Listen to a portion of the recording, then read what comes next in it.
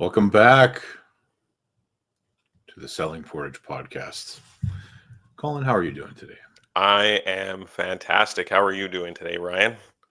Oh, I'm doing pretty good. I got to sit at the Game 7 the other night in person. Wasn't that something? Pretty exciting times. I see you've got the towel. That's nice. I have several of those towels because every game in the playoffs, you get one on the back of your chair. So, and I have tickets for the whole thing. So I've got, a bunch of them laying around. I heard a story on the radio from the owner of Dreamcatcher Promotions, and they were the ones who were contracted, Winnipeg company. They were contracted to make the whiteout towels this year. And I can't remember the exact number she said, but if the Jets go the distance, she's under contract for, I think it was 360,000 of those towels to be made. So, which is pretty impressive. And it's great that it's a Manitoba-based company too. 360,000 is a lot of towels. That's a lot of towels. It's a lot of towels. And that's, my goodness, every seat in the arena, plus the ones they give out on the street for the whiteout party. Yep. It gets a ton. If they go every game, that's crazy. But what do you think a towel's worth? $5? Ish. When you're charging like $250 base price for a ticket? Not bad. Starts to add up a little. If you buy them from the people that got in on the pre-sale, you're paying at least double that. Right. At least. So anyway, that's that. The Jets have moved on. Game number 1 is tonight. By the time you see this video, though, we'll be talking about game number 2 being that evening. But hopefully we'll be up 1-0 by the time we get there. That's right. I've been watching a lot of, TikTok, if I'm being honest, and a lot of predictions have ruled out the Jets, and so I love Gary Bettman would love that. Yeah. And I love when your team proves the critics wrong. Yeah, they rise to the occasion. They take dirty, cheap shots. They don't get called. They're allowed to run and take out our best player with the dirtiest crap I've seen. And then we sneeze the wrong way and we get a penalty for it. Exactly. Yeah, it's pretty clear who the league wants to win, and it's not the Winnipeg Jets. But the Jets might do it despite that. Yeah, exactly. Well, and I've explained because I had a house full of people on Sunday watching the game, and a lot of negativity towards Connor Hellebuck, and I just said, watch out for round 2. I said, he's definitely been in his head a little bit through round 1 because there's some stigma attached to him about getting out of the first round of the playoffs, and now that he's out, watch out. Did you see how many times that both Kyle Connor and Nikolai Ehlers coughed it up, and Hellebuck needed to make that save to keep them in the game? Yep. That was game 7. So those overtime periods were saved by our goalie. Yeah, especially Nick Ehlers in that game. He was coughing it up left, right, and center. Like Connor played. He needs Scheifele on there with him. Like, he was terrible. Anyway, yeah. It's another big day because men's league starts again tonight. And that's right. Your losing streak starts today. I guess since I won the last game of the season last year, you're on the hook for the golf cart tonight. Is that correct? There's a carryover, is there? Well, I'll pay for it tonight, and see what happens for the rest of the time. I am looking forward to a few months of bullshit and banter. So, well, if you're talking crap towards me, it is definitely going to be bullshit.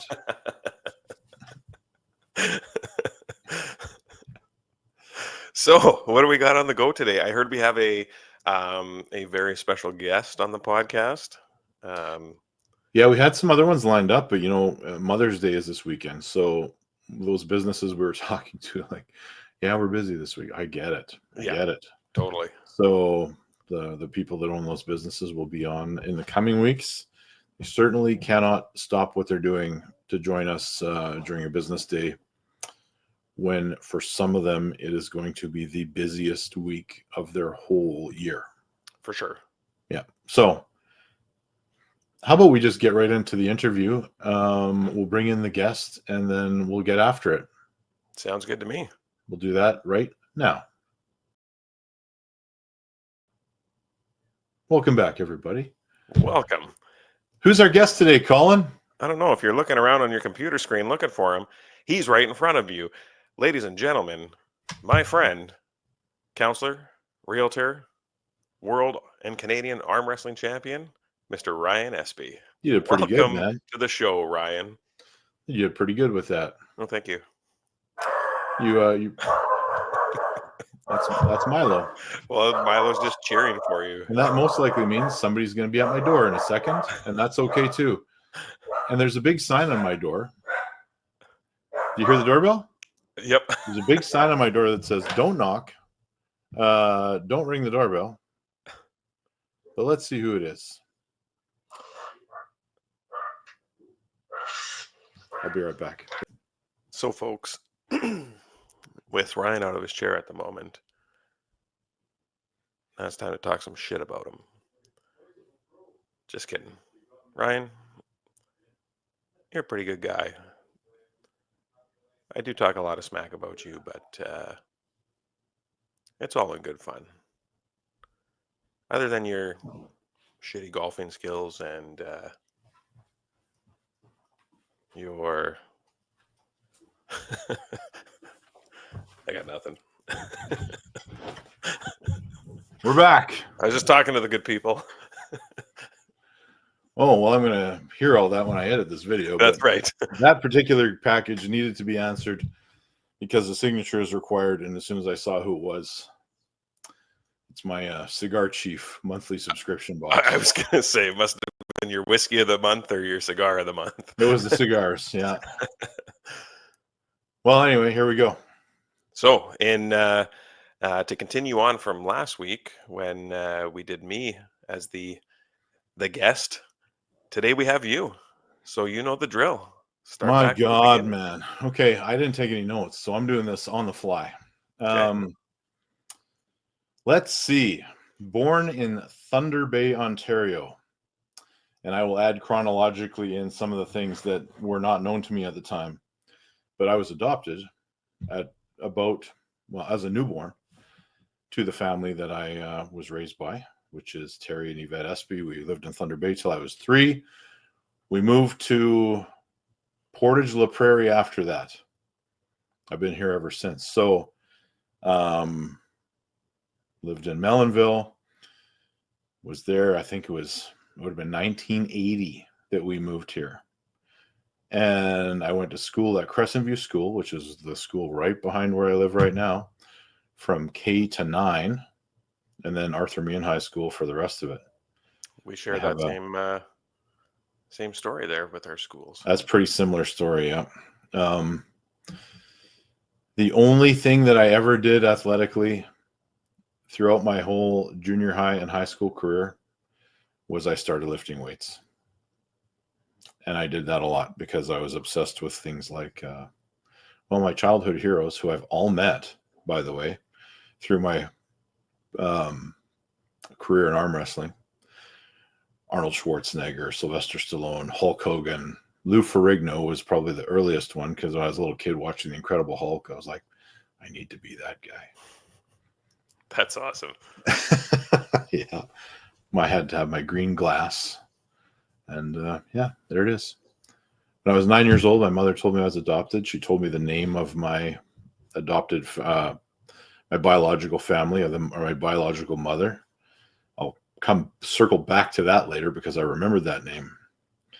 But let's see. After high school, man, I was still in high school. I started working security at Club West.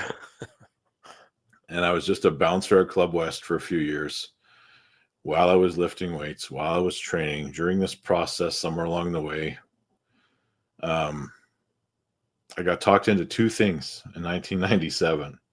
One of them was competing in strongman. The other one was competing in arm wrestling. And I did them both at a fairly, reasonable level for quite a while. Strongman, I won the first ever Manitoba Strongest Man in 1997, which to my knowledge, was the first organized strongman competition held in Canada. Oh, wow. I won that one. I went on to compete at Canada's Strongest Man in 1999, which I withdrew halfway through due to injury, but I was doing quite well. I was about middle of the pack when that injury happened. I took a hiatus from that, came back in 2004, won Manitoba's Strongest Man again, competed in Western Canadians, which was, I got third. Yeah. And then eventually I hung it up because I had an accident at one of the events. I actually ended up with a concussion because there was an untested course, and throughout that course I was running with a couple of implements with Farmer's Walk, and I caught my toe on an uneven piece of pavement, and it rocketed me straight down into the asphalt. Ouch. And I was badly concussed, and I finished the event but did not, place very high. Right before they called me up for the next event, I was actually in full concussion mode, throwing up everything. And it was, I was like, no, I'm not doing this anymore. Arm wrestling, 1997, went to my first nationals, got my ass kicked. 2001, started winning national titles. 2002, won worlds. 2003, won worlds. Didn't make it back to first place in the world until 2018. Wow. But lots and lots of silvers, bronzes, other things along the way. And while we're just talking about, things we've done in sport, set and broke the Manitoba bench press record in my weight class 3 times, and the record stays on the books forever, because they retired that weight class and changed them. So the record can never be broken again. And I believe my standing record was 550, and I was almost the first Manitoban to finish over 600 pounds, 3/4 of the way up stalled, and then a month later Trevor Winfield beat it. So there you go. Wow. And a dabble into mixed martial arts in 2004, where I was training with a lot of guys, cornering a lot of guys, and fought in Winnipeg at Ultimate Cage Wars. And my entire mixed martial arts career in ring lasted 16 seconds, and I had my hand raised. And that video is still available on YouTube if you want to go Nice. check it out. Man, what else do we got to talk about? Career through the years. While at Club West, while working there, lots of staff people from Agassiz Youth Center would come in, and I used to go to the gym with a couple of guys that worked there, and they talked me into applying. And somehow in 1998, I ended up getting hired at Agassiz Youth Center. And I worked part-time there for a few years, and I stayed bouncing at Club West. And when it closed down, I went over to Sociables for a while. And then when it was all kind of done, I went and I worked at the Sandbar, if you can remember that place. Oh, I remember that place. And then just because I'm a sucker for punishment, I ended up going and working at the Midtown for a few months. And that Mike the Russian bought it and took it over. But I did this the whole time. I was also working at my corrections job, which I worked for 19 years. Wow. And I mean, if I were to talk about all the jobs I did through my high school and on, there was a ton of them. I even went into a few different jobs when I first started in real estate, just because I was bouncing off the rocks before my parachute opened a little bit, and I had to find something to get me through. A little stint at Caldeck Truck and Trailers, a little stint at Portage Toyota. I sold your mom a truck. Yep, that's right. Yeah. Yeah, thankful for those opportunities. Kept my head above water, but now it's all smooth sailing. As far as council goes, I was first elected in 2010, and you talked about your rationale a little bit. At the time for me, it was let's just say the approval rating for the current council of the day was quite low. They had just built Stride Place, which I think in retrospect, everyone agrees that was the right move. It was a good move. But at the time, it was extremely polarizing. And I will give kudos to the council of the day that pushed it through and basically fell on their own swords to make that happen. Because all but one of them did not, Irvin Ferris was the only one that re-ran successfully. Jeff Bariza was the only one that re-ran and was unsuccessful, and he ran for mayor. He was defeated by Earl Porter. None of the other ones ran. So we had a very, very brand new council that was trying Right. to figure it all out at the time. And that was in 2010. that was in 2010. So you were new along with Brent 5 other new. Buds, Liz Dreger, Diane Stasiak, Brent Fraze. Who am I missing? Irvin, of course, was there. Yeah, it was a pretty good group of people, and with Earl Porter as the mayor. Wow. So I've been on council now. This is my 4th term.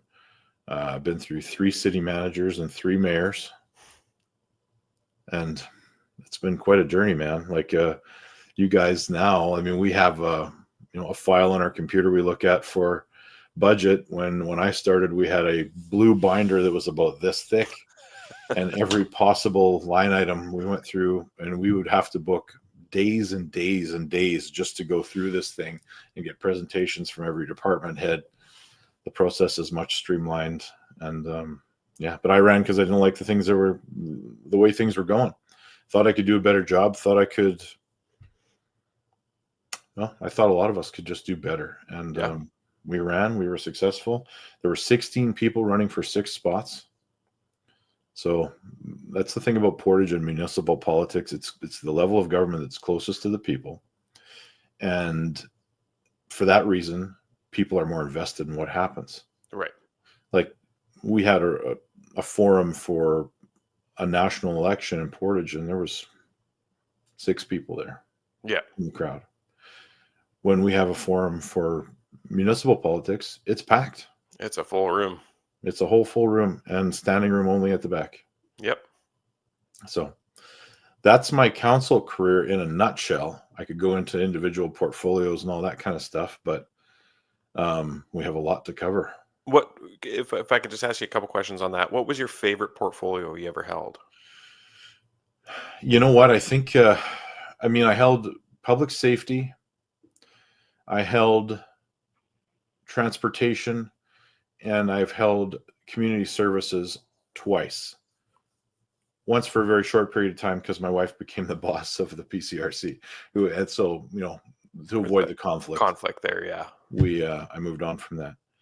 I'm going to say that largely what the favorite would be is kind of based on the time frame that it happens in.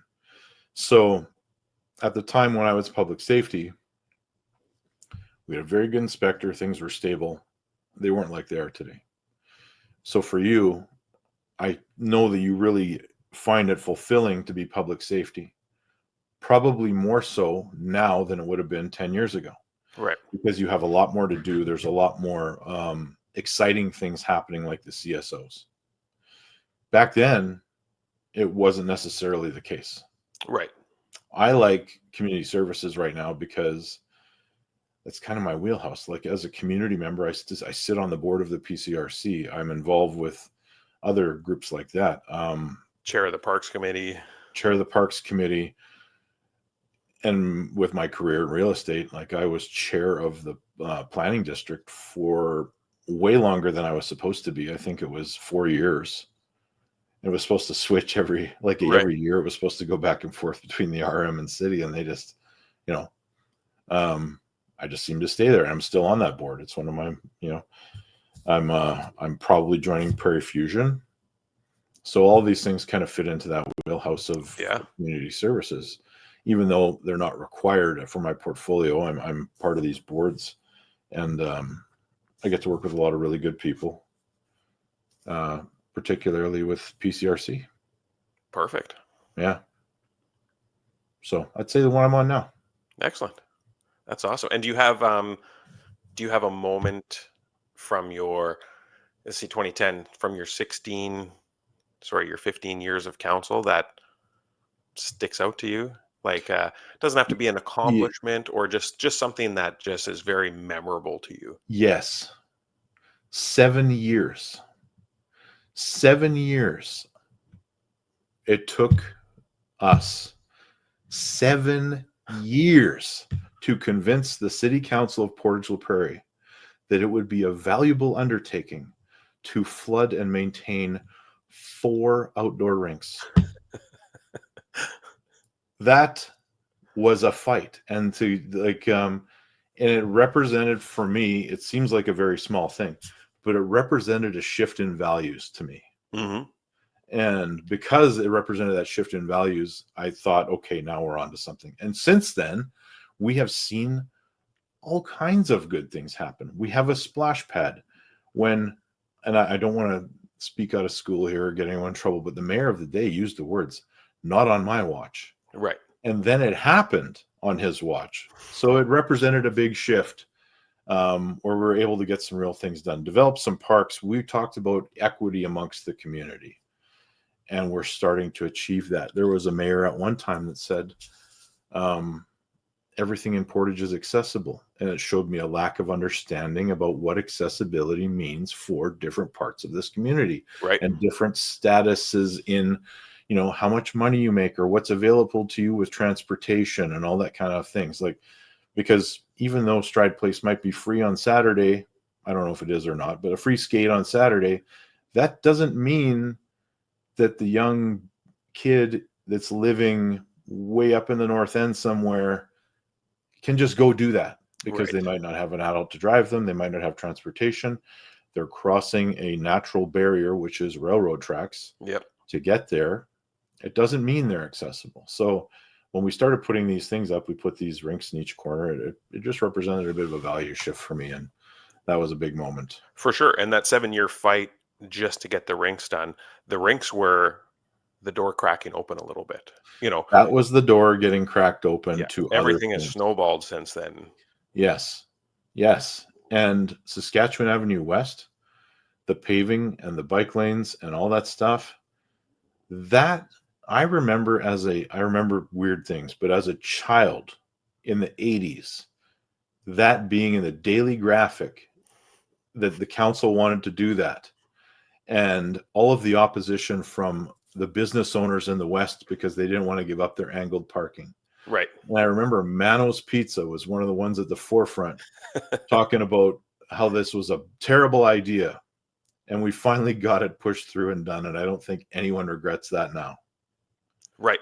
Well, and so this, I was talking to somebody just a couple days ago on the avenue, and they were talking about not even being able to remember what it looked like a year ago, and I agree. Like I understand it was gravel shoulders, almost like a dirt shoulder, dust shoulder. Looked like You you were know, driving through like the middle of Mexico, man. Like Y- yeah. there was dust everywhere, and it was just gross. And in the wintertime, it was muddy. And Yeah. this year we finally get to see the finished product, because they did finish everything up at the end of fall last year. And so this year is the first time we get to see everything in bloom, everything green, and the street sweepers have been out, just to clean it up. And I'm just very proud of what it looks like and what our city looks like on our main avenue. And I had nothing to do with it. That was council before me, but I still hold a sense of pride in that. That is always the case. The council that follows gets the credit for the decisions of the ones For sure. before, and that will happen to you someday. Yep. Yeah. Yeah, no kidding. Yeah. That will happen to you. That will happen to me. That will happen to everybody. We'll make sound decisions. The next council will get the applause, For sure. because these things take years to plan. And maybe we will be on that next council, and maybe not. That Maybe is up not. to the people to decide.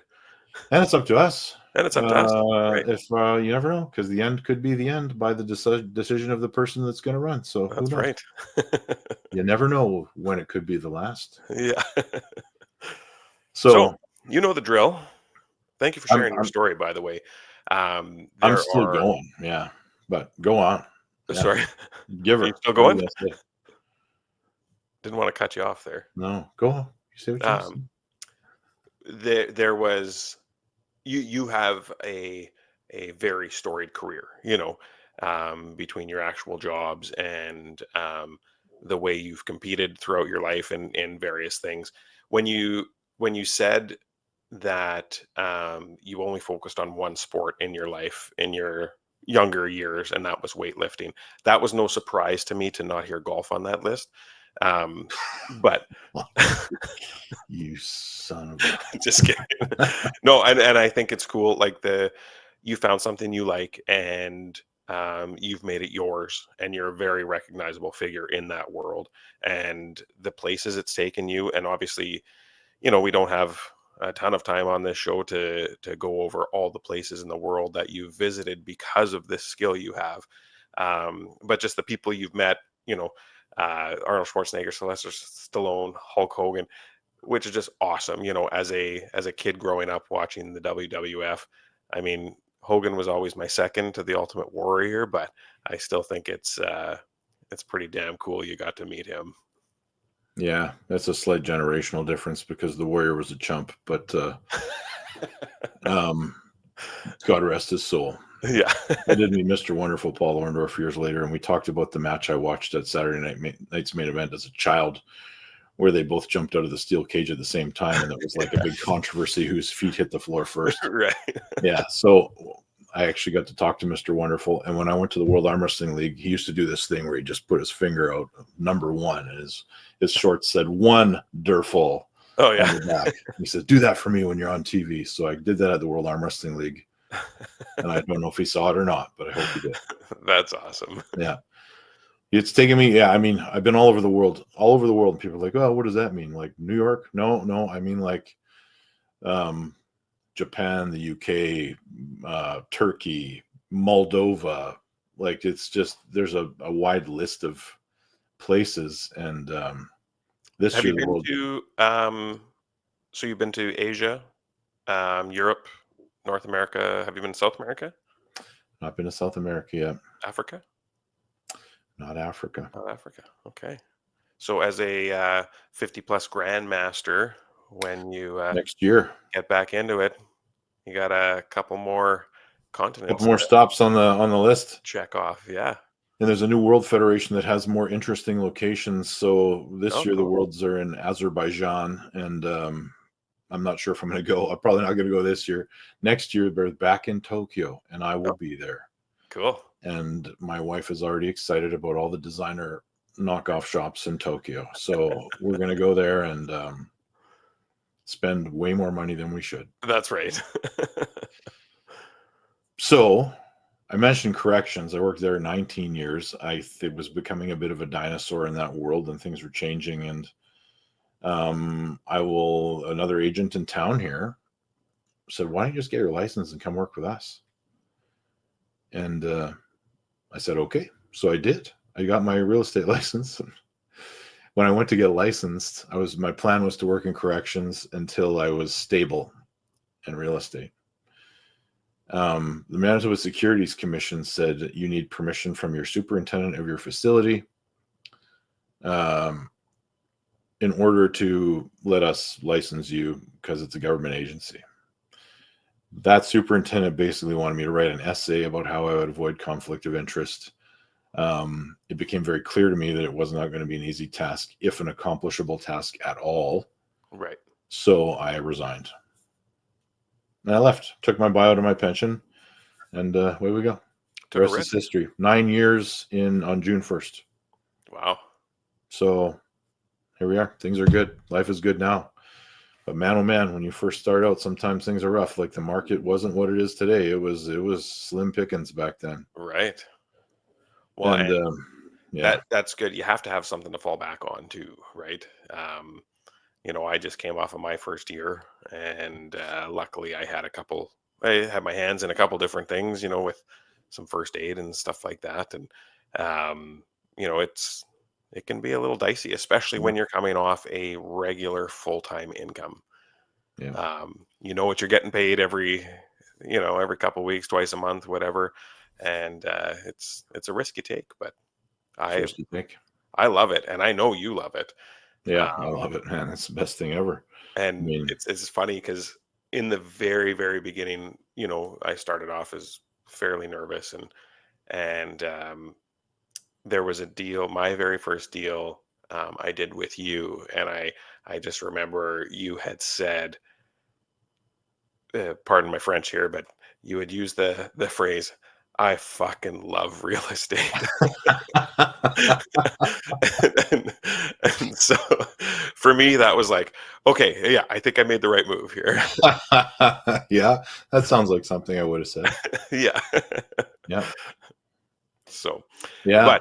but um, as we go here, is you know the drill, and I'm going to ask you a question. Is there something that you could tell us that would surprise people that people may not know about you? Well, I'll talk about my family a little bit, and this will surprise people probably a little because I mean, I grew up in Portage. I got a sister that lives in Newton with her family. Her kids are all adults now. I had married Kim Hancock, who is now Kim Espey still to this day, but we had two daughters, Jordan, who is now 17, Brooklyn, who is 19. All still live in Portage. Kim and I separated and divorced at some point in the last, in 2000, circa 2012. Victoria and I have been together for a long time and got married in 2016. And yeah, we've been together ever since. But along the way, like both my parents here. So let's circle back to the whole remembering the name of my biological mother. Yes. So we had this is probably some I guarantee most people don't know about this. Some do. I had like written her letters when the internet first came around because I did searches in Thunder Bay and found a name. So we had connected in snail mail form only. Okay. And when Victoria and I were going through there for the national championships quite a while ago in Thunder Bay, where I was going to look her up, and then I found an obituary. She had passed, and she would never tell me who my biological father was. Mm. She just wouldn't. And we ended up kind of giving up on it for a little while. So I went through ancestry.ca a few years back, and I had some hits, and I thought that I was part of this lineage of children that a gentleman named Arthur Turnbull had fathered throughout his travels. There was 13 of us. And they're a little vague on ancestry. They're either half sibling or they're like an aunt or an uncle, which is kind of the same kind of genetic difference. And I went for a few months doing that, and then I thought I was one of 13, and then I did 23andMe, who is a little more dialed in, and I got a hit from a girl in Thunder Bay who said half sibling, and that Wow. was the only option. So I reached out to her. She had a sister who thought that I was a scammer. They thought that I was, wanted something, until she went to her mother and said, this guy reached out to me and he said that asking if I was related to him, says he's my half brother. And the mother said, I knew this day would come. Oh, wow. Turns out she is my stepmom because my father had gotten married to this woman and had two more children. He wasn't sure that he was my father. So I had connected with this guy and we met a couple months later. So here I am in my house and I have my two adoptive parents, my sister, my adoptive sister, and my kids and a whole bunch of other people. I think you and Julianne came at one point too. Yeah.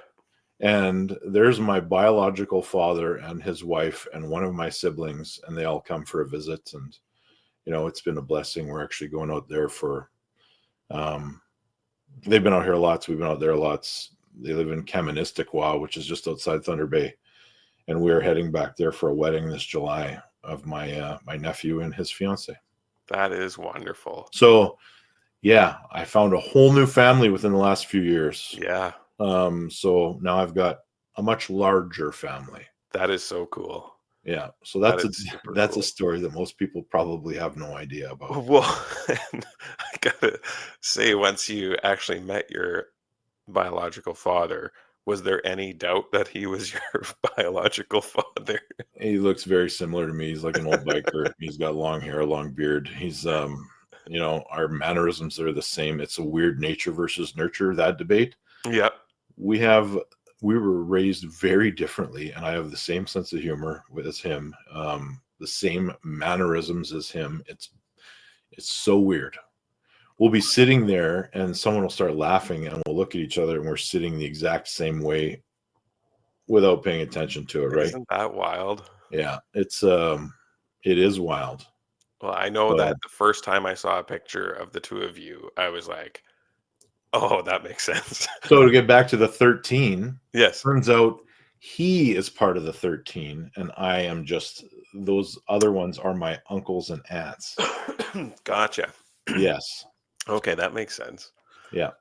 Oh, that's excellent. Well, thank you for sharing that. I mean, I'm sure you are going to surprise a lot of viewers with that little tidbit of information, and I just think it's very cool on your adoptive family side of them to be supportive of this relationship as well. Yeah. No, that's great. Okay, rapid fire here. Let's go. Favorite book you ever read? Go. I go back and forth with this, but I often think back to the one that I remember the most. And there's a couple. So there's obviously Dale Carnegie, How to Win Friends and Influence People is a good one for me. But I'm going to go with The Greatest Salesman Who Ever Lived by Og Mandino. Okay. Now, it's a very short book. It's very, it's got some religious undertones to it. But it's interesting. People should give it a read. Okay. It's, yeah. Favorite movie? I go back and forth with this a lot. And I'm going to settle in on Rocky 4. I'll have to take your word on it because I've never seen a Rocky movie before. Yeah, and that's a big disappointment for me. Rocky Rocky 4 because there's memories attached to it. Okay. I remember watching it in the basement of 275 Seneca Street, which is the house I grew up in here in Mellonville and Portage, and watching my mom just about jump off the couch, throwing punches in the final scene. Yeah. And we had the tape in the VCR, and I remember watching it with my mom and dad as a kid and thought it was one of the greatest things I had ever seen in my life. That's awesome. Although I do truly appreciate your favorites as well. And I actually, when I was in a hospital recently, watched Back to the Future and got halfway through number 2. That is a classic. Yeah. Best piece of advice that someone's ever given you? I talked about this recently because it's a Krav Maga thing that I used to practice. And the whole thing was never give up. And that's that simple. And what we saw on Game 7 was that exact thing. Never give up and always find a way to keep yourself in the game. Yep. Yeah, no kidding. Yeah. Awesome. Well, thank you for opening up and sharing your story with everyone today. And next week, I mean, there's only 2 of us, and we've done the 2 of us. So next week we'll have another That's guest it. on. But We've gone to the well. We can't go back. That's right. I have really appreciated the last couple of weeks getting to know each other a little bit too. And when you came up with that idea, you sent me a message saying, "Well, why don't we do you?" And it's just something I never thought of. But we both have stories to tell, and I'm glad we had the opportunity to tell them over the last couple of weeks. Yeah, and you know what? We did it in a short period of time, and we both could probably greatly expand on a lot of them. So, hey, if you got questions, just let us know. I mean, that's like, follow, and smash that or smash that like button. I don't know. I'm not cool enough for any of that stuff. If I'm being honest. All right, buddy. Okay. Well, we will see you next week. Thank you, folks, for tuning in to the Selling Portage podcast with your host, Ryan Espey, and myself, Colin Doyle. Enjoy your day. Go Jets, go. Go Jets, go.